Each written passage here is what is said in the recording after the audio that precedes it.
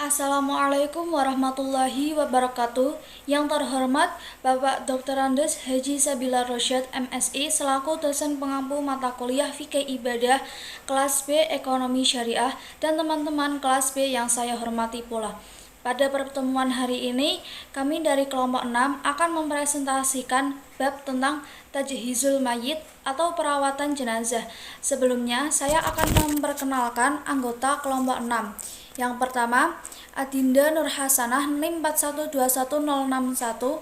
Yang kedua, Arni Julianti NIM 4121075. Yang ketiga, Siti Umi Nafiatus Salwa NIM 4121076.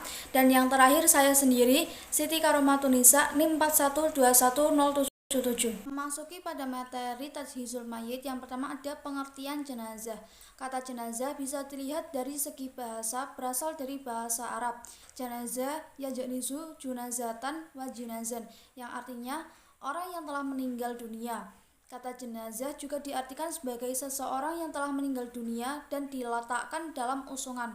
Kata ini bersinonim dengan al-mayyit dalam bahasa Arab atau mayat dalam bahasa Indonesia.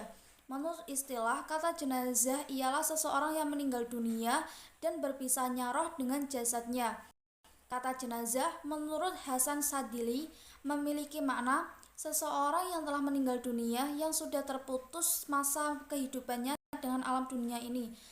Kesimpulannya, jenazah adalah seseorang yang telah terputus antara jasad dan ruhnya, serta telah meninggalkan alam dunia dan berpindah ke alam akhirat. Selanjutnya akan diteruskan oleh pemateri yang kedua. Tata cara memandikan jenazah.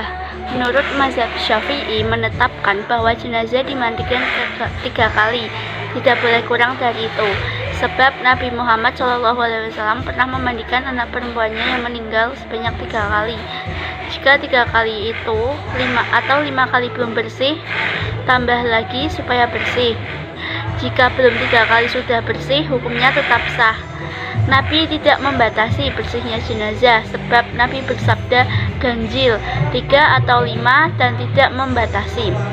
Adapun beberapa hal penting yang berkaitan dengan memandikan jenazah yang perlu diperhatikan, yaitu pertama, orang yang utama memandikan jenazah untuk mayat laki-laki adalah orang yang diwasiatkan. Kemudian seperti bapak, kakek, keluarga terdekat, mahramnya, dan istrinya. Dan untuk mayat perempuan, orang yang utama untuk memandikan mayat perempuan tersebut adalah ibunya, neneknya, keluarga terdekat dari pihak wanita, serta suaminya. Untuk mayat anak laki-laki dan anak perempuan, siapa saja boleh, baik laki-laki ataupun perempuan. Syarat bagi orang yang memandikan jenazah: yang pertama, muslim, berakal dan baligh. Yang kedua, berniat memandikan jenazah. Yang ketiga, jujur dan soleh. Yang keempat, terpercaya, amanah, mengetahui hukum memandikan mayat dan dimandikannya sebagaimana yang diajarkan sunnah, serta mampu menutup aib si mayat. Mayat yang wajib untuk dimandikan mayat seorang muslim dan bukan kafir, bukan bayi yang keguguran, dan jika lahir dalam keadaan sudah meninggal tidak dimandikan, dan bukan mayat yang mati syahid. Yang kelima, tata cara memandikan jenazah atau hal-hal yang perlu dipersiapkan ketika memandikan mayat, yaitu pertama, sediakan tempat mandi, kedua, air bersih, ketiga, sabun, keempat, sarung tangan, kelima, sedikit kapas, dan keenam, air kapur barus. Nah, cara memandikan mayat: yang pertama, letakkan jenazah di tempat mandi yang disediakan. Yang kedua, yang memandikan jenazah hendaklah memakai sarung tangan atau APD. Yang ketiga, air bersih. Yang keempat, sediakan air sabun. Yang kelima, sediakan juga air kapur barus. Yang keenam, istinjakan mayat terlebih dahulu. Yang ketujuh, bersihkan giginya, lubang hidung, lubang telinga, celah ketiaknya, celah jari tangan dan kaki, juga rambutnya. Yang kedelapan, mengeluarkan kotoran dalam perutnya dan dengan menekan perutnya secara perlahan-lahan. Siram atau basuh seluruh anggota mayat dengan air sabun juga. Yang Yang ke-9, kemudian siram dengan air yang bersih seluruh anggota badan si mayat sambil berniat. Lafaz niat memandikan jenazah lelaki. Bismillahirrahmanirrahim. Nawaitul husla adaan an hadal mayyiti lillahi ta'ala. Artinya, aku berniat untuk memandikan mayat laki-laki ini karena Allah Ta'ala. Sedangkan lafaz niat untuk mayat perempuan, Bismillahirrahmanirrahim. Nawaitul husla adaan an hadhil mayyitati lillahi ta'ala. Artinya, aku berniat untuk memandikan mayat perempuan ini karena Allah Ta'ala. Yang ke-10, kemudian siram dari kepala hingga ujung kaki sebanyak 3 kali dengan air bersih. Yang ke-11, siram sebelah kanan 3 kali, siram sebelah kiri 3 kali. Setelah itu kemudian memiringkan mayat ke kiri, basuh bagian lambung kanan sebelah belakang, memiringkan mayat ke kanan, basuh bagian lambung sebelah kirinya. Setelah itu siram kembali dari kepala hingga ujung kaki. Setelah itu siram dengan air kapur barus. Yang terakhir jenazah diwudukan. Akan dilanjutkan oleh teman saya. Tata cara mengkafani jenazah. Hukum mengkafani jenazah adalah fardu kifayah atas orang yang hidup. Untuk laki-laki, kafannya sekurang-kurangnya 1 lembar kain untuk menutupi badan jenazah, tapi sebaiknya menggunakan 3 lapis kain. Tiap-tiap lapis menutupi seluruh badannya. Sebagian ulama berpendapat bahwa salah satu dari 3 lapis itu terdiri dari izar atau kain mandi, sedangkan yang 2 lapis untuk menutupi badannya. Untuk jenazah perempuan, kain kafannya sekurang-kurangnya selapis yang menutupi seluruh badan jenazah, dan sebaiknya menggunakan 5 lembar kain yang terdiri dari basahan atau kain bawah, baju, tutup kepala, cadar yang menutupi seluruh badannya. Cara mengkafani jenazah laki-laki. Yang pertama, siapkan tali-tali pengikat kafan secukupnya. Letakkan secara vertikal tepat di bawah kain kafan yang akan menjadi lapis pertama. Yang kedua, bentangkan kain kafan lapis pertama yang sudah dipotong sesuai ukuran jenazah. Yang ketiga, beri wangian pada kain kafan lapis pertama. Yang keempat, bentangkan kain kafan lapis kedua yang sudah dipotong sesuai ukuran jenazah. Beri wewangian pada kain kafan lapis kedua. Yang kelima, bentangkan kain kafan lapis ketiga yang sudah dipotong sesuai ukuran jenazah. Yang keenam, beri wangian pada kain kafan lapis ketiga. Yang ketujuh, letakkan jenazah di tengah-tengah kain kafan lapis ketiga. Tutup dengan kain lapis ketiga dari sisi kiri ke kanan, kemudian dari sisi kanan ke kiri. 8. Tutup dengan kain lapis kedua dari sisi kiri ke kanan, kemudian dari sisi kanan ke kiri. Yang ke-9, tutup kain kafan lapis pertama dari sisi kiri ke kanan, kemudian dari sisi kanan ke kiri. Cara mengkafani jenazah perempuan. Yang pertama, bentangkan 2 lembar kain kafan yang sudah dipotong sesuai ukuran jenazah. Kemudian letakkan kain sarung tepat pada badan antara pusar dan kedua lututnya. 2. Persiapkan baju gamis dan kerudung di tempatnya. Yang ketiga, sediakan 3-5 utas tali dan letakkan di paling bawah kain kafan. Yang keempat, sediakan kapas yang sudah diberi wangian yang nantinya diletakkan pada anggota badan tertentu. Yang kelima, setelah kain kafan siap, lalu angkat dan baringkan jenazah di atas kain kafan.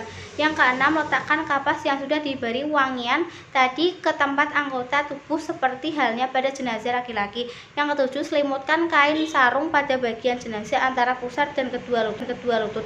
Pasangkan baju gamis berikut kain kerudung. Untuk yang rambutnya panjang bisa dikepang menjadi 2-3 dan diletakkan di bagian baju gamis bagian dada. Yang ke-8, selimutkan kedua kain kafan selembar demi selembar mulai dari lapisan atas sampai paling bawah. Setelah itu ikat dengan beberapa utas tali yang telah disediakan. Assalamualaikum warahmatullahi wabarakatuh. Perkenalkan, nama saya Dina Nurasana, NIM 412161, akan melanjutkan presentasinya. Mensalatkan jenazah. Salat jenazah ialah salat dengan 4 kali takbir tanpa disertai ruku dan sujud. Dilakukan jika ada orang Islam yang meninggal dunia, untuk mendoakan agar sang jenazah diampuni dosanya oleh Allah Subhanahu wa taala. Hukum sholat jenazah yaitu fardu kifayah. Cara mensolatkan jenazah yang pertama, meletakkan jenazah ke arah kiblat. Yang kedua, posisi imam jika berjamaah berdiri menghadap kiblat atau di arah kepala jenazah jika jenazahnya laki-laki, dan arah pinggang jika jenazahnya perempuan. Yang ketiga, membaca ta'awuz. Yang keempat, membaca basmalah. Yang kelima, mengucapkan lafal niat. Yang keenam, takbir pertama sambil mengangkat kedua tangan kemudian bersedekap. Yang ketujuh, membaca surat Al-Fatihah. Yang kedelapan, takbir kedua kemudian membaca salawat Nabi Muhammad SAW. Yang kesembilan, takbir ketiga kemudian membaca Allahumma ghfir lahu warhamhu wa'afini wa'fu anhu. Yang kesepuluh, takbir keempat kemudian membaca Allahumma la tajrimna ajrahu wa la taf'ina ba'dahu. Yang terakhir yaitu salam. Selanjutnya, saya akan meneruskan materi tentang tata cara menguburkan jenazah.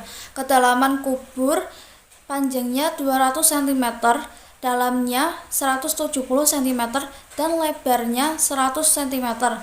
Terus membuat liang lahatnya, dinding kubur bagian barat dilubangi kira-kira 50-60 cm dan menjorok ke barat kira-kira 40 cm. Tata cara menguburkan jenazah yang pertama, keranda jenazah diletakkan di arah liang lahat, lubang kubur dipayungi dengan kain. Yang kedua, dua orang turun ke liang lahat untuk menerima jenazah. Yang ketiga, jenazah dimasukkan ke dalam kubur sambil membaca basmalah. Yang keempat, jenazah dimiringkan ke arah kiblat, diganjal dengan bola tanah pada hati, punggung, dan kepala agar jenazah tetap miring. Yang kelima, melepaskan tali-tali kain kafan yang berada di telinga dan telinga menempel di tanah. Yang keenam, jenazah diadzani. Yang ketujuh, lubang kubur ditutup dengan papan, kemudian ditutup dengan tanah. Beri tanda batu atau kayu, dan jenazah didoakan agar diampuni dosa-dosanya. Terus ada hal-hal yang disunahkan. Yang pertama, bentangkan kain di atas liang kubur sewaktu mayat dimasukkan ke dalam kubur sampai kuburannya ditimbun. Yang kedua, yang turun ke liang kubur itu sebaiknya 3 orang, 1 di kepala, 1 di pinggang, dan 1 lagi di arah kaki. Yang ketiga, yang turun ke dalam kubur haruslah orang yang malamnya tidak bercampur dengan istri walaupun sudah mandi junub. Yang keempat, kepalkan tanah kubur untuk mayat dan letakkan di dekat kepala si mayat sambil membaca doa. Yang kelima, azan di liang lahat sebelum kuburan ditimbun. Yang keenam, orang di dekat kubur dianjurkan menaburkan tanah sebanyak 3 kali dari arah kepalanya setelah liang lahat ditutup. Yang ketujuh, setelah selesai ditimbun, padatkan tanahnya. Yang kedelapan, tandai kubur dengan batu atau nisan di sisi kepalanya, boleh juga di bagian kaki. Yang kedelapan, menyirami kubur dengan air serta menaburi kerikil atau batu kecil. Yang ke-10, sesudah dikuburkan, disunahkannya bagi yang mengantarnya berhenti sebentar untuk mendoakan jenazah. Dari sekian materi yang sudah disampaikan, terdapat kesimpulan bahwa jenazah adalah seseorang yang telah terputus antara jasad dan ruhnya, serta telah meninggalkan alam dunia dan berpindah ke alam akhirat. Dalam ketentuan hukum Islam, jika seseorang muslim meninggal dunia, maka hukumnya fardu kifayah pada muslim yang masih hidup untuk memperlakukan jenazah dengan baik, meliputi 4 hal, yaitu memandikan, mengkafani, menyolatkan, dan menguburkan jenazah. Tata cara dalam mengurus jenazah perlu diperhatikan seperti apa dan bagaimana prosedur yang harus dilakukan, mengingat jenazah tersebut akan dikuburkan dan ruhnya akan bertemu dengan robnya. Maka sebisa mungkin kondisi dari jenazah tersebut harus dalam keadaan baik.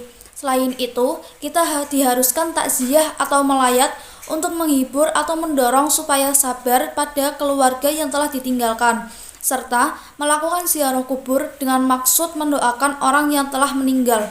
Sekian dari kelompok kami.